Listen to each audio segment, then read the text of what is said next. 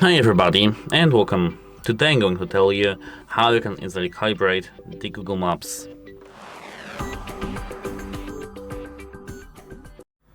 So at first you have to allow the Google Maps for location, but I guess you've done it if you want to calibrate it.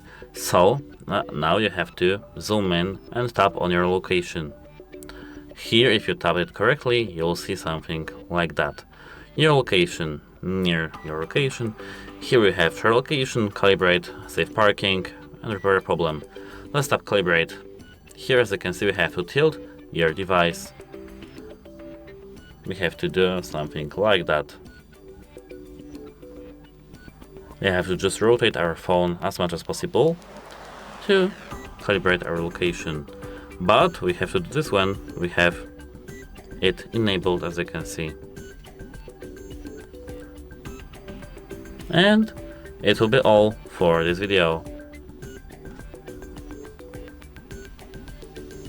We have our compass accuracy medium, so that is unfortunate, but our location is now, as you can see, changed.